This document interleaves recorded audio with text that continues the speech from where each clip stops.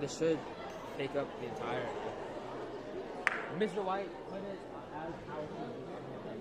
You're live right now. I could have added it. I'll see you that. Oh, there you go.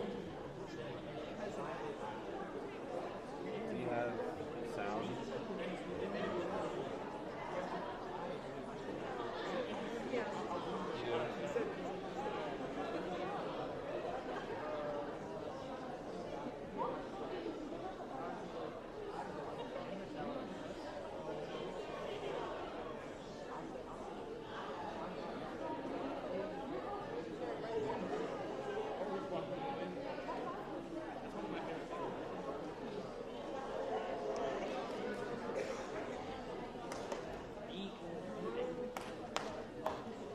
Good morning, everyone.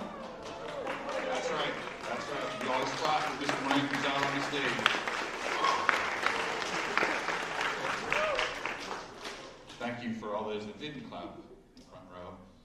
We're lucky to have Mr. Jay Louder with us today, all the way from somewhere far in Texas. Wichita Falls? That's it. Near, about 2 hours away from Dallas. He's going to present to us our Crossroads presentation. So let's give him a nice alcove welcome.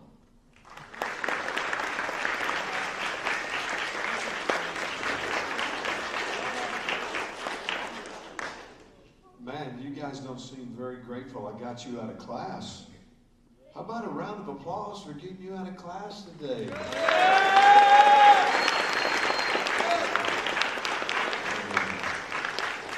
If I understand correctly, we have the juniors and seniors in the room. Is that right?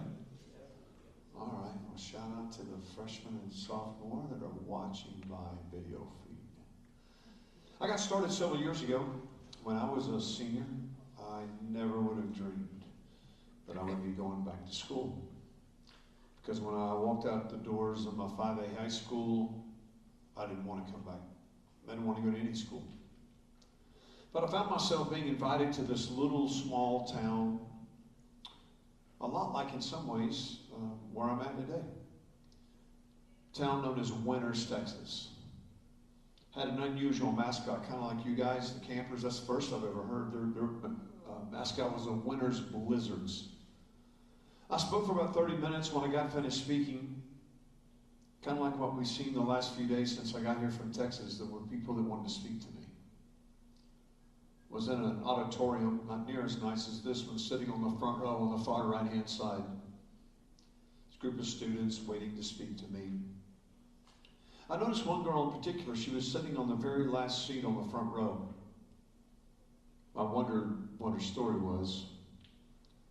She didn't seem to be too embarrassed that she was sitting on the front row in front of her peers with tears running down her cheeks. Finally, after all the students that were in front of her were done talking to me, she got up from where she was seated, looked at me, completely stoic, not even any expression on her face whatsoever. She started walking toward me. It was kind of tripping me out. It was like something out of a movie, walking towards me. She finally got to where I was seated. I was in my chair. I'm 6'6", almost 6'7". She sticks both of her fists in my face and begins to slowly roll over her wrist. At first I thought it was a prank. It couldn't be real. Because every shade of the rainbow, but darker shades of the rainbow, were on her wrist. And then I noticed deep wounds. Wounds that looked like somebody had taken a hacksaw and tried to remove her hands from her arms. And she began to tell me her story.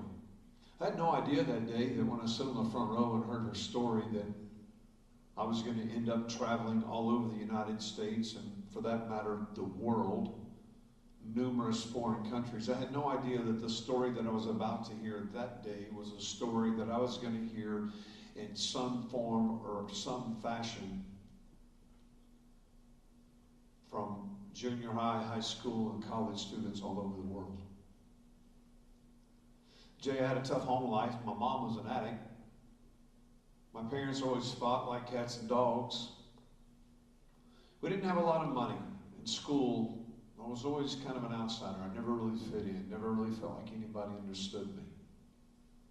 And between the problems that were going on at home, between my mom and my dad, and the problems at school, a family in that town, which the town I was in, Winters, had taken her in. She said when I got to this town, the cool thing was, in some ways, everybody knew everybody. Everybody knew what everybody else had for breakfast, but the bad part about it is nobody knew me. Like anybody else, not just juniors and seniors in this room, but even like the adults standing on the fray, wanted to be known, wanted to be accepted, wanted to have a friend, wanted to be liked. She told me how, in order to try to get in with everybody else, she began to give in to what you and I know as peer pressure. Before long, she told me she was doing things that she never thought she'd be doing. And she was especially terrified living in this other home where the rules were pretty strict. When she found out she was pregnant, I didn't know what to say. I came home, I told the father of the house, the man that was the boss, and told him I'm pregnant. He said, well, pack your things and get out because you're no longer welcome. She said, I didn't know what to do. I didn't want to go back to my real home. I didn't want to go back to my mom addict, my parents fighting. I didn't want to go back to my old school, all the problems there. I didn't know what to do. She told me how she made the decision. She walked into the garage. She rummaged through an old toolbox, found an old pair of rusty pliers. She then made her way into the bathroom of the home she was living in, found a straight razor, disassembled the blade, put the blade in the teeth of that pair of pliers, and began to dig deep down in her wrist and attempt to end her life. Angel did that day what one teenager does every 78 seconds in the United States. Oh, in the last 3 or so minutes, I've been sitting in this chair speaking to you. Somewhere between 1 and 2 students just took a gun, a rope, a razor blade, a bottle of pills, and said, I quit. My life's no longer worth living. And this year, by the time you sit down with your family at Christmas, just in a few months, in the last 12 months, there will be somewhere, and it ranges from year to year, somewhere between roughly around 7,000 teenagers that will not be celebrating Christmas because they will have said suicide is the only option for me. And they all tell me the same thing. It's not that I want to die, man. I just don't want to live. And when you think about it, that's what suicide is. It's not the fear of death, it's the fear of life. It's a permanent decision about a set of temporary circumstances. I think a lot of the students I speak to don't realize that suicide doesn't end the chances of things getting worse. Suicide ends the chances of things getting better. I've been here in Maryland for a few days. I won't say the school, because it doesn't matter, and confidentiality is really important to me. This morning, I took out my phone. I was looking on Instagram. I was troubled by one of the schools in particular that I went to. About 9 students came up to me, and several of them told me about suicidal tendencies, about self-harm. Some of them were cutters and cut openly.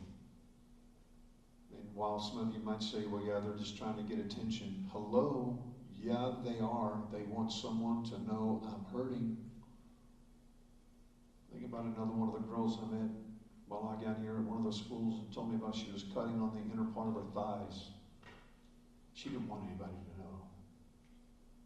This morning when I sat in the parking lot before a school I spoke at before I got here, opened up my Instagram. I was especially troubled. One young man said, you know, yesterday when you finished speaking, I really wanted to come up and speak to you, but I didn't. Why? The reason why is because a few people at school already know that I've had suicidal tendencies. They make fun of me. That I didn't want to walk up and be seen with you in case somebody else might find out. It really bothered me. Number one, to think that he had suicidal tendencies and people at school thought it was funny. And then number two, that he couldn't walk up to somebody that he had met, or I say met, he had heard speak that related to him. You know, I think sometimes we have a misconception. We look at people on TV and we look at people who have money and people who are famous and we think, you know, they've got it all together. And we don't realize it's not always that way either. Lil Wayne, Katy Perry, Ronda Rousey, Pete Davidson, famous, wealthy, yet they all have the one common denominator. They've all talked about that they struggle with thoughts of self-violence. It's a huge issue. I've been invited now to speak about it all over the world. And I don't speak about it because I've read about it in a book. I don't talk about it because of the extensive amount of studies. Yes, obviously I've spoken about it for years, and many people would consider me an expert in the field, but the real reason I talk about it is because I know what it's like. Because there was a point in my life when my roommate rescued me because of the depression and mental health issues and the struggles in my own life. I've been there. And I know how difficult it can be. You know, as I've traveled around the world, I've found that really there's three main questions that students are asking. And it doesn't really matter whether it's Maryland or where I live in Texas or one of the foreign countries that I've been in. That really it boils down to three main questions. Question number one that most students want to know is this: does my life matter? Do I have a purpose? Does my life have any meaning? And you know, we found that one of the, oftentimes, students that are wondering if their life really matters, they feel as though their life has no significance. We found that in many cases, those are students that are victim of something everybody in this room knows about: bullying. Now, when you speak about bullying, you recognize that there's really three people in this category. Number one, there's people who do the bullying. There's people who are bullied. And then there are people who are the bystanders. The people that just sit by. People that don't really do anything about it. You know, I'd be curious. I'd like to ask a question. I'd just be curious. I'm not speaking about you individually. I just wonder though, in an audience of juniors and seniors, how many of you actually know somebody? You actually know somebody that has talked about or even threatened suicide. Not you, but somebody you know. If you know somebody like that, just raise your hand real quick. Right to the pikes. I want everybody to see. Just take a look around. Put your hands down. Thank you. That's probably at least 80% of the people under the sound of my voice. You know, when we talk about bullying, the reason I ask that question is because if you're one of those people that you think it's cool to try to tear down other people to make yourself look better, I hope that you notice the amount of hands that were in this room. I hope that if you're one of those people that like to get behind a keyboard, or you like to spread rumors, or you like to make fun of people because they don't have money, or because they're cutters, or because they're outsiders, or because they're different than you. One girl told me yesterday at one of the high schools, I've been bullied ever since I got to this school. And I said, why? And she said, because of how much I weigh. I'm like, you're not even heavy. She wasn't. Yeah, that's cool. Bully somebody because of what they weigh or how how tall or how short. Really? Yeah, I just want to say to those of you that might be a person who would fall under the category of a bully, I hope you saw the number of hands, because I want you to understand something. Your words hurt us. As a matter of fact, your words may hurt us worse than anything that you could ever do to us physically. Your words matter. They matter big time. And some people who struggle with this question of if my life matters, some people that struggle with that issue is because of people that bully them. Secondly, I would like to speak about, because I know bullying is a huge issue. I've heard it ever since I got to Maryland, but I heard it last week in Arkansas. I hear it every week wherever I go. I do want to speak to those of you that are being bullied. I'll just go again back to yesterday.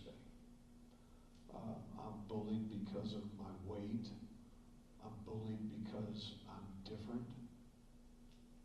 I'm bullied because people think I'm strange. I'm bullied. One person said they were bullied because of their hair. Yeah, hey, let me say something. If you're one of those people that are bullied, let me first of all say I don't relate to it now, but I related to it in my younger years. I don't get bullied much at 6'7".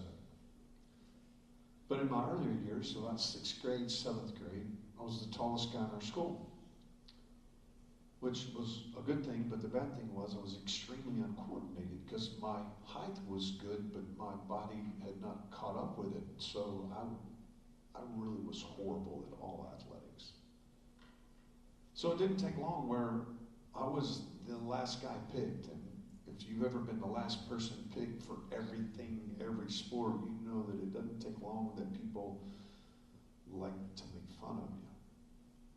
I used to feel like such a loser, man. Of course, things eventually changed. My coordination actually caught up with my height, and then the next thing I knew is I could dunk a basketball and do a 360, and now all of a sudden people wanted me on their team.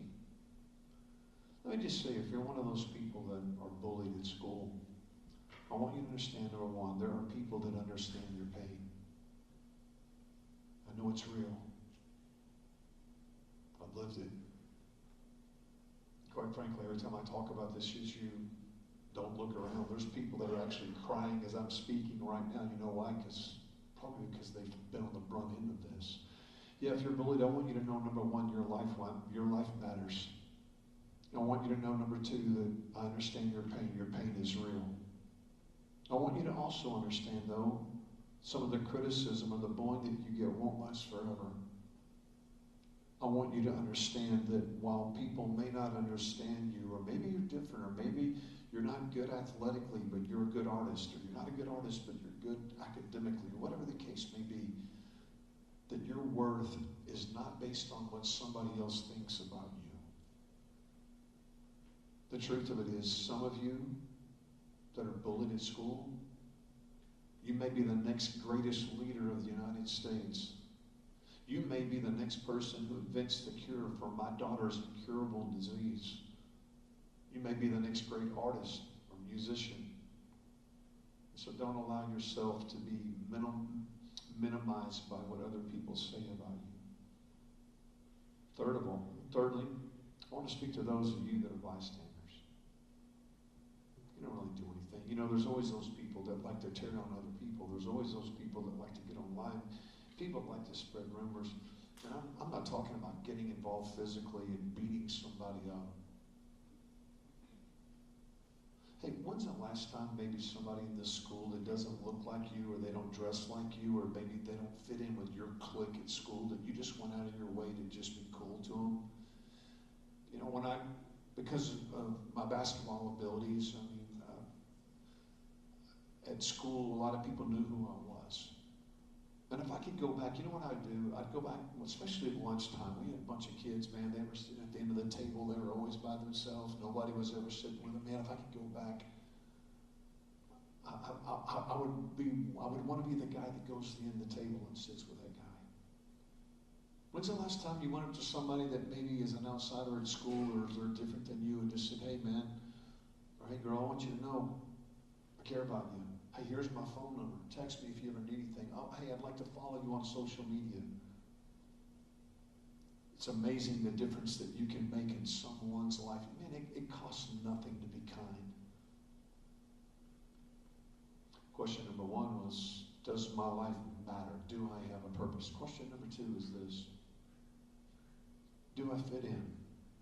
Which really is more of a question of, am I unconditionally accepted? Now, this always filters into relationships, because relationships are so huge. That's why many of you are on social media all the time. That's why social media has become so big, because we crave relationship. And that's not just students, that's the adults in this room. Relationships are everything to us. And that's why it's super important that you understand that who you choose to spend time with is who you become. In other words, I don't care who you are.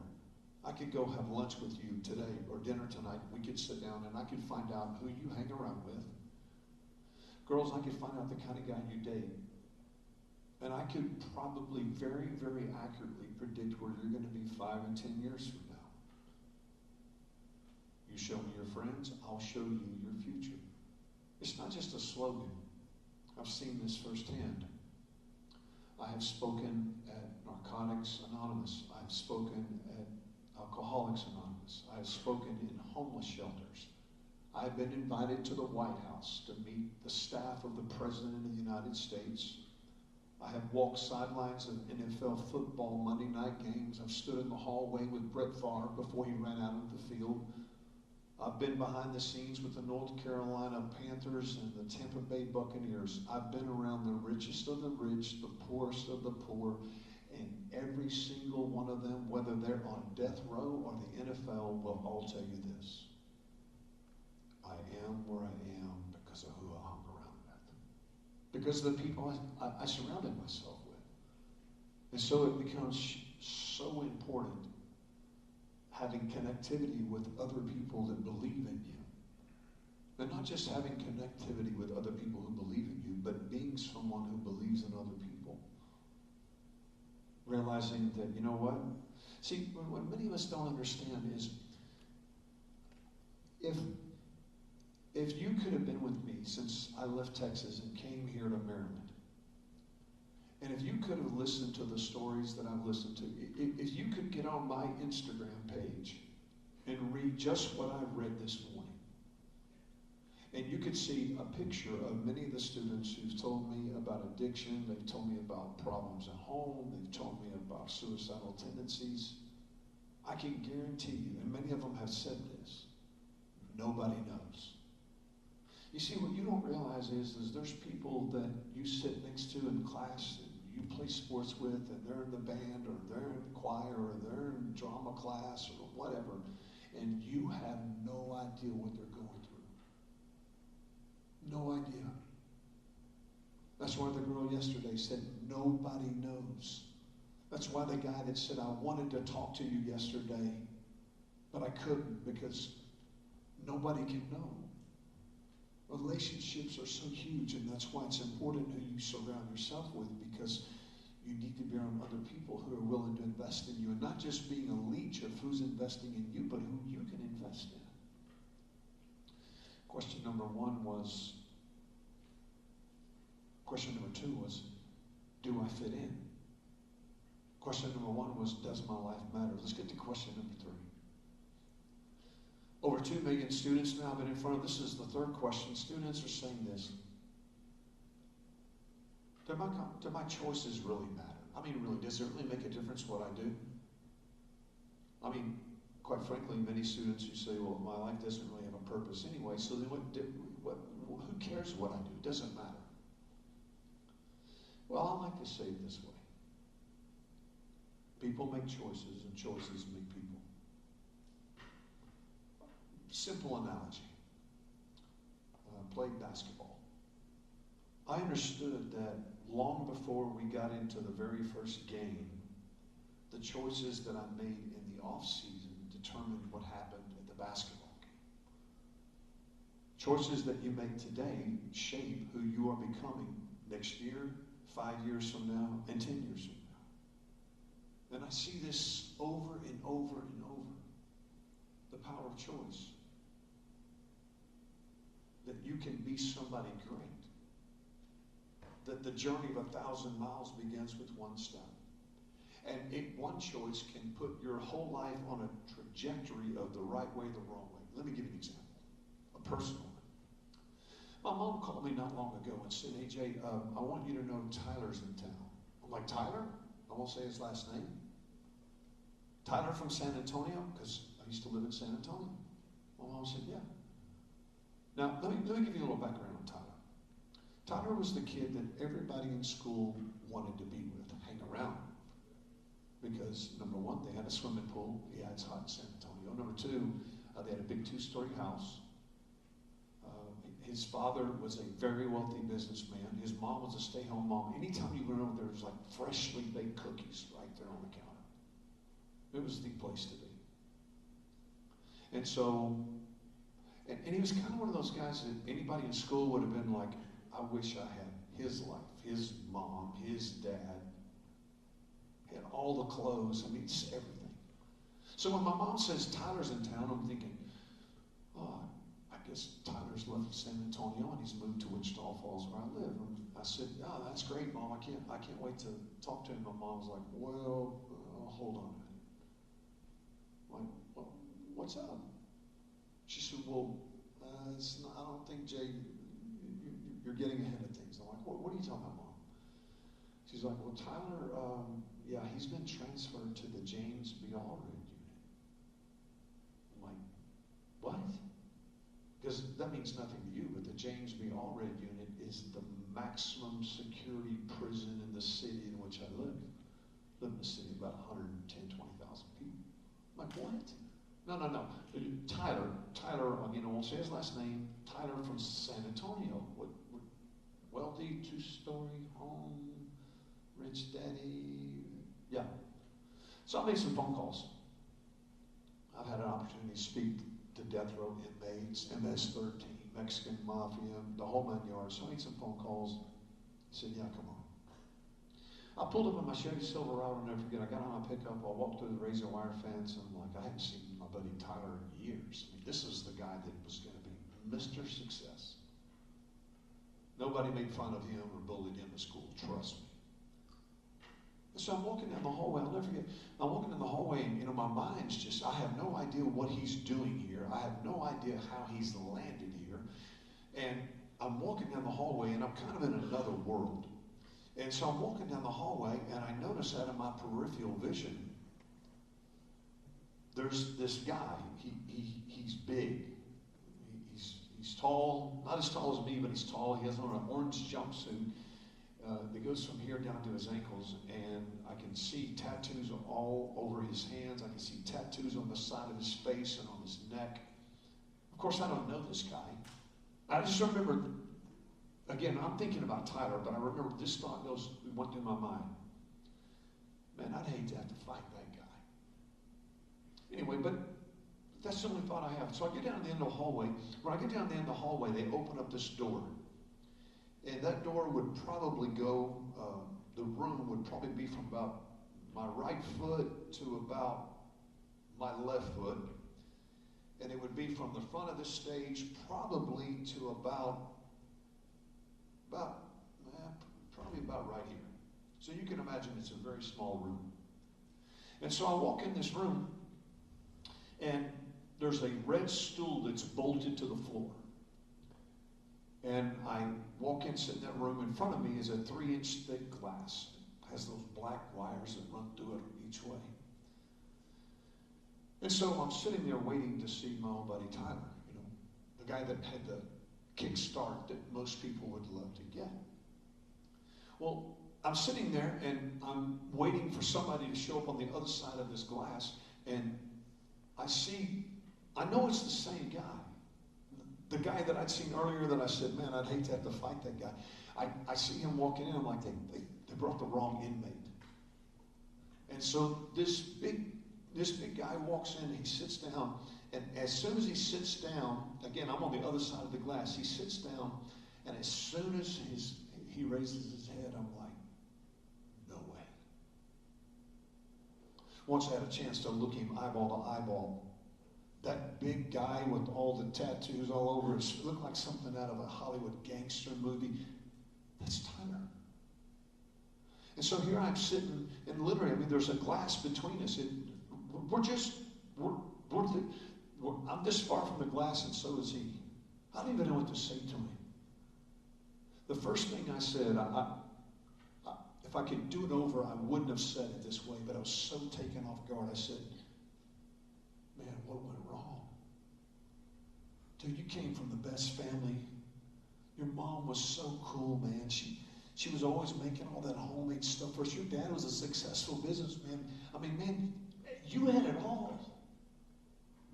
Took a little time to get around to that. He wanted to know what I did. I told him, hey, I travel around, I speak to students, and told him about attempting suicide when I was 21 years of age as a college dropout.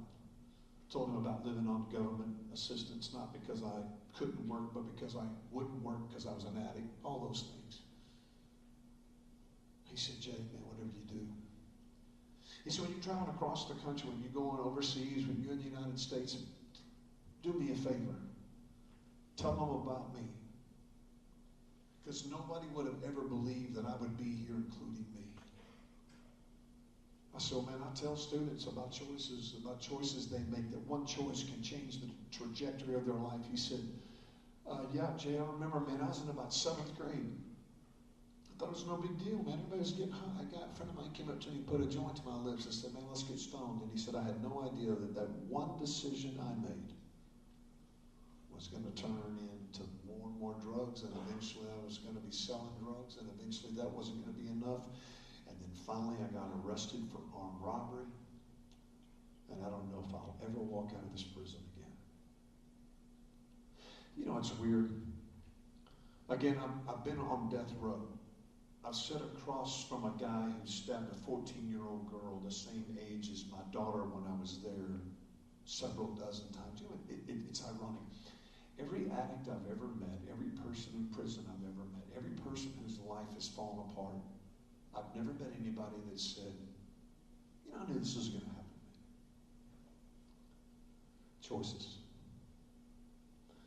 Tyler, if he were here today, if I could bring him in here, all 6'4", probably 250, he'd say people make choices, and choices make people, because he's lived it. If I could bring Steve Smith, I stood by his locker room, NFL Hall of Fame wide receiver, made more money in 1 week than I did when I do in 3 or 4 years. People make choices, choices make people. You guys already know this. This is the juniors and seniors. You know it better than anybody. Choices that you make about, alcohol. Last night I was watching football. I love watching football. Every commercial is a beer commercial. I know, big deal. But you know what they don't tell you? That while everybody's on the beer commercial, these all beautiful girls and super handsome guys, and everybody's having fun. You know what they didn't show you last night on those beer commercials? They didn't show you things like my friend that I played basketball with in Texas. They don't show you the over 8,000 students every single year your age who get into a car to drive over somebody else who's driving and say, good night, Mom, good night, Dad, see you later. Who's coming home in a body bag? Like my buddy from high school basketball, so drunk that he didn't see the stop sign and was hit broadside and killed instantly. No, they don't show you that this morning 6 million teenage alcoholics got up just like you did. Stumbled in the bathroom to brush their teeth, and what looked back at them in the mirror was a teenage alcoholic. No, they don't show you that. Choices about drugs. Oh, come on, man. I know probably most of you don't do drugs, but man, it's available here. You know it is, and so do I. The World Health Organization says that 57% of you will try an illicit drug at least once nationwide before you graduate high school. Average turn-on age now? Man, you tell me things haven't changed. According to the Center for Disease Control, the experts, they say 11 to 13 years of age. People make choices. Choices make people. Choices you make about sex? Ooh, let's don't talk about that. A lot of students don't realize every time you sleep with someone, you're not only sleeping with them, but every single person that they've ever slept with. You know what I read last week? Last week. Check out my resources. Go online if you don't believe it. This isn't my opinion. Every 10 seconds in the United States. So that's 6 students per minute. I'm going to say I've been speaking about 25 minutes. My math's not the best. 6 times 25, I think if my math's right, is about 150. So since I got on the stage, started speaking, according to the Center for Disease Control, every 10 seconds in the United States, someone between 7th and 12th grade contracts a sexually transmitted disease. People make choices, chose me. Oh, well, Jay, no big deal, man. It's all about having fun. I'll just go get medication. No, you won't. Many of them, there is no cure. In a recent year, check my resources, the Center for Disease Control says 300 students in the United States went to the doctor and they said, I'm sexually active and I think I've got an STD. And the medical community said, imagine hearing this. Well, I'm sorry, Mr. Blank, Mrs. Blank. We know you have a sexually transmitted disease, but we have an issue. We can't give you any medication because we've never even seen this sexually transmitted disease. It doesn't even have a name yet. People make choices. Choices make people. Why am I here today? I bet some of you think, well, man, he came because he's getting paid. Well, I left behind my little 5'1" wife. Yeah, she comes up to about right here. I left behind my wife and my 3 kids, traveled over 1,000 miles, and guess how much I'm getting paid to be in your school today? You got me. Thank you, man. Nothing. You know why I'm here today? You don't know me. But I'm really here because I care. I didn't come here today to preach to you. I came here because I've been there. Because I made mistakes. I came here hopefully that I could somehow convince you that it doesn't matter where you're coming from, but what matters is where you're going. If you would have seen me at 21 as a college dropout with a gun into my head, living in an $80 a month rent house, sleeping on a sofa, and somebody would have told you, yeah, man, NFL teams are going to be calling that guy one day. One day that guy's going to be invited to the White House to meet with staff. That's a guy that's going to write 2 books. He's going to be on Fox. He's going to be on CNN. You'd have been like, no way, man. That dude probably won't even make it the next 12 months. I'm living proof, man. It's never too late to change. No, I'm not perfect. No, I'm not better than anybody else. But you know what? I came out of a big-time ditch. And so can you. And not only that, you can help somebody equally important to you getting out of a ditch as you can help other people get out of a ditch. Sometimes the best way to overcome your pain is to help other people deal with their pain. I believe everybody in this room, I don't care what anybody tells you, maybe you don't hear it at home, maybe you don't even hear it at school. I believe that you have a gift. I really do. Everybody. I believe your life matters, and I believe that you can change the world. I believe that. You may not feel that today, but I believe that. What do you do? Maybe what if you're one of those people, man, you're wondering if my life matters. You're wondering, will I ever fit in? Am I unconditionally loved? Well, I would say a few things and wrap it up today. I would say, number one, if you have some of those same feelings, and I'll make it simple. Number one, avoid triggers.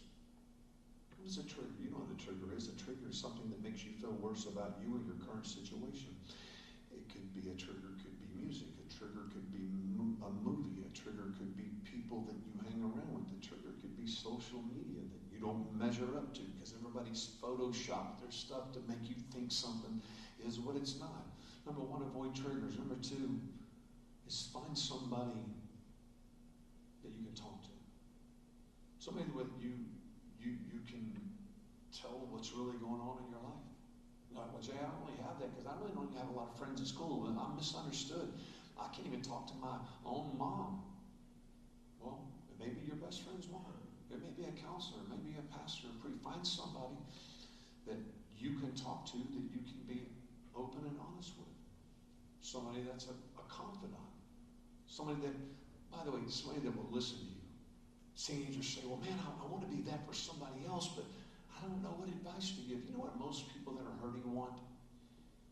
I can tell you, because I've been there. You know what most of us want? Number one, we want to know that you care, and we just want you to listen. We don't want you to solve our problems. We just want an ear, man. We just want somebody that doesn't judge us. We just want somebody that doesn't throw stones at us. And you can be that. Admit you have a problem. Obviously, you can't fix anything till you first admit something's wrong. That's step number one. And if you can admit that, that's a step in the right direction. And then lastly, I would encourage you to do this. Don't act on your feelings. Put on the brakes, man. How you feel today may not be how you feel tomorrow. Feelings are not always reliable. So, that's why I'm here today. I'm not here to pass judgment on anybody. I can't pass judgment. I made all the mistakes. Hopefully, today can cause you to rethink maybe some of the decisions that you made. Maybe rethink some of the people that you hang around with. I know some of you are like, oh, dude, you can't tell me anything because I already know everything. Well, that probably means you're heading the wrong direction. I believe in you, man. Your dreams can come true. I'm living proof. Well, you guys have been an absolutely awesome audience today. I appreciate you letting me just be real. You know, I know that today's subject is not like sometimes the happiest subject, but it's something that's got to be talked about. Somebody told me a couple days ago, like, we never talk about this stuff.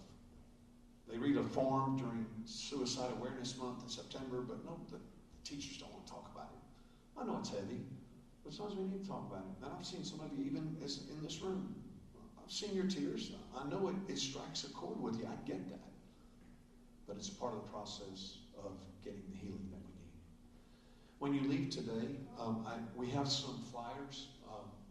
I'm going to be speaking. How many of you guys know what the Allegheny County Fairgrounds are? I guess, does everybody know what that is? That's everybody, yeah. So I'm speaking there Sunday night, Monday night, Tuesday night. A friend of mine's coming in. He's a legend. He's sang with Rascal Flatts. I mean, he's an icon. Sunday especially is a big day because we got free food. We're literally giving away a car. Not like a car, like a car. Got incredible giveaways. Bicycles, cars, Xboxes, iPads, the list goes on and on. Everything's free. We got a live band. That starts on Sunday. When you leave today, you're not required to take one, but if you want one, there will be a little flyer that kind of gives up. In fact, I think there's a picture of the car that we're giving away on here. But anyway, when you leave today, I think we have them. Do we have them on both sides? Is that right? Yeah.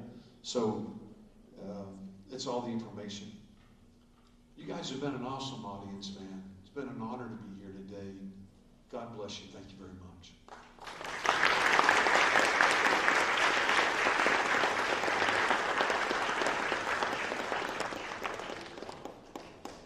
Okay, that was our fifth period bell, so we can exit both doors either